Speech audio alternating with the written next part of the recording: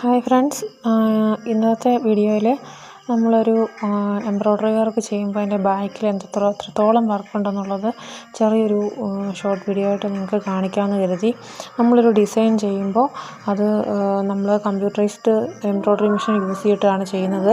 പക്ഷേ ആ ഒരു മെഷീൻ ഉപയോഗിച്ച് നമ്മൾ സ്റ്റിച്ച് ചെയ്യുമ്പോൾ എങ്ങനെയാണ് നമ്മൾക്ക് അതിൻ്റെ റിസൾട്ട് കിട്ടേണ്ടതെന്നുള്ളത് അത്രത്തോളം കഷ്ടപ്പെട്ട് തന്നെ നമ്മളിരുന്ന് വരച്ച് സെറ്റ് ചെയ്തെല്ലാം കൊടുക്കേണ്ടതുണ്ട്.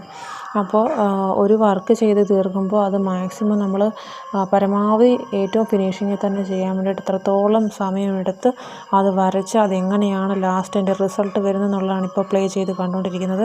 അത് ചെയ്ത് നോക്കി ഔട്ട്പുട്ട് കറക്റ്റാണോ ഒക്കെ എന്നുള്ളത് ചെക്ക് ചെയ്തിട്ടാണ് നമ്മൾ ഫൈനലായിട്ട് ഒരു ഡ്രസ്സിലേക്ക് കൊടുക്കുന്നത്. അപ്പോൾ അതിൻ്റെ ഫൈനൽ റിസൾട്ടാണ് വേണ്ടി ഇപ്പം നിങ്ങൾ കണ്ടുകൊണ്ടിരിക്കുന്നത്.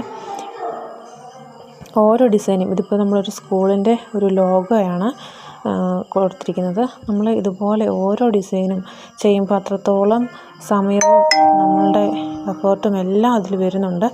അപ്പോൾ എല്ലാം നിസ്സാരമെന്ന് കരുതി അതിനെക്കുറിച്ച് പറയുമ്പോൾ അതൊന്ന് ഓർക്കുക. അതിൻ്റെ പുറകിൽ ഒരുപാട് അധ്വാനവും അവരുടെ സമയവും ഉറക്കളച്ചിലുള്ള കഷ്ടപ്പാടും ഒക്കെ വരുന്നുണ്ടെന്നുള്ളത് ഒന്ന് മനസ്സിലാക്കുക.